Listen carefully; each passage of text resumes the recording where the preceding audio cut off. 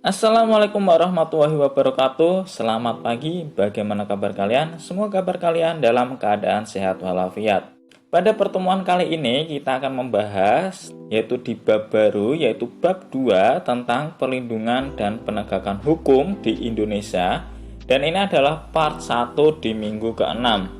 Yang kita akan bahas pada materi dalam pertemuan hari ini yakni tentang hakikat pelindungan dan penegakan hukum yang meliputi konsep perlindungan hukum dan pentingnya perlindungan dan penegakan hukum.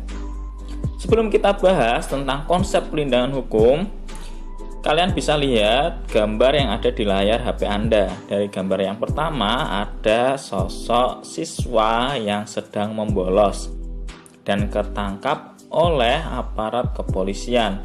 Dan yang kedua itu ada seorang peserta didik atau siswa yang sedang melanggar peraturan lalu lintas yang seharusnya motor dipakai 2 orang, ini melebihi, dan keduanya juga tidak memakai helm.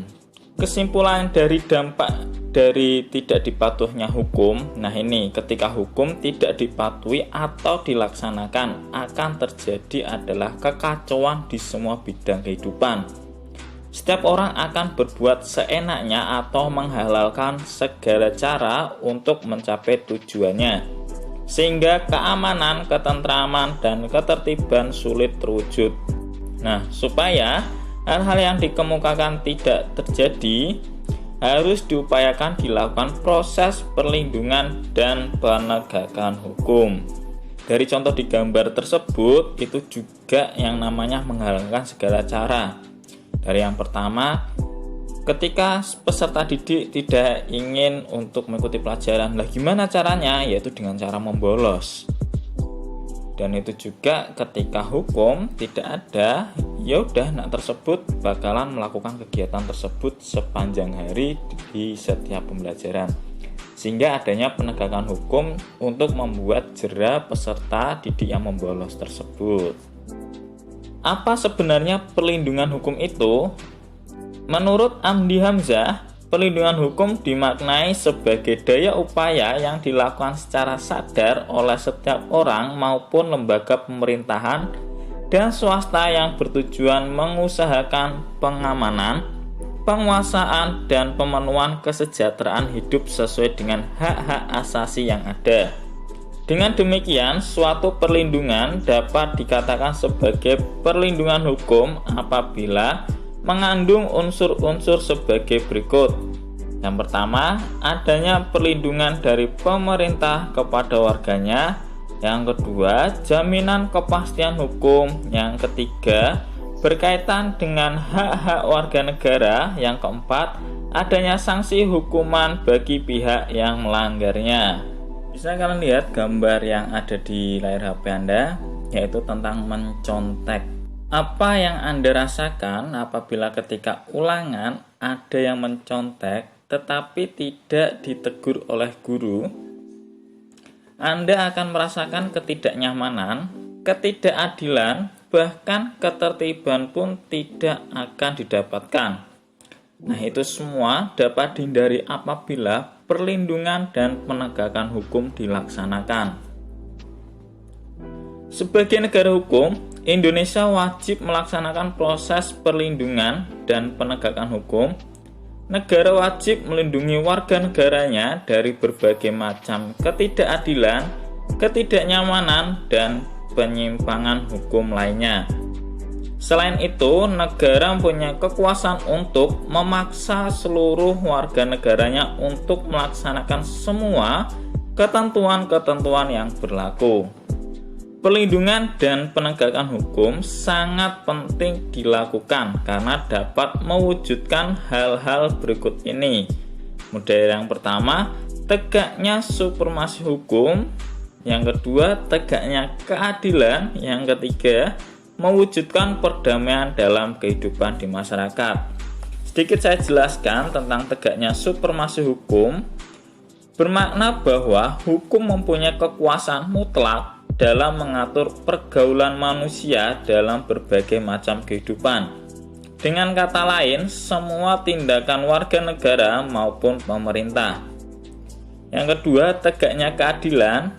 Tujuan utama hukum adalah mewujudkan keadilan bagi setiap warga negara. Setiap warga negara dapat menikmati haknya dan melaksanakan kewajibannya merupakan wujud dari keadilan tersebut. Hal itu dapat terwujud apabila aturan-aturan ditegakkan. Yang ketiga, mewujudkan perdamaian dalam kehidupan di masyarakat. Kehidupan yang diwarnai suasana yang damai merupakan harapan setiap orang. Perdamaian akan terwujud apabila setiap orang merasa dilindungi dalam segala bidang kehidupan. Hal itu akan terwujud apabila aturan-aturan yang berlaku dilaksanakan. Menurut Sarjono Sukanto, keberhasilan proses pelindungan dan penegakan hukum tidaklah semata-mata menyangkut di tegaknya hukum yang berlaku. Akan tetapi sangat bergantung pada beberapa faktor, antara lain sebagai berikut. Yang pertama, hukumnya. Yang kedua, penegak hukum. Yang ketiga, masyarakat. Yang keempat, sarana atau fasilitas. Yang terakhir, kebudayaan. Hukumnya dalam hal ini yang dimaksud adalah undang-undang yang dibuat tidak boleh bertentangan dengan ideologi negara.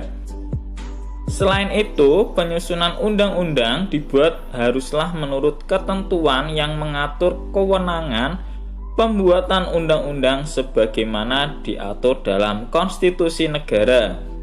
Selanjutnya, undang-undang haruslah diatur dalam konstitusi negara. Selanjutnya, undang-undang haruslah dibuat sesuai dengan kebutuhan dan kondisi masyarakat di mana undang-undang tersebut diberlakukan. Penegak hukum, yakni pihak-pihak yang secara langsung terlibat dalam bidang penegakan hukum. Penegak hukum harus menjalankan tugasnya dengan baik sesuai dengan peranannya masing-masing yang diatur dalam peraturan perundang-undangan. Menjalankan tugas tersebut dilakukan dengan mengutamakan keadilan dan profesionalisme sehingga menjadi panutan masyarakat serta dipercaya oleh semua pihak termasuk semua anggota masyarakat.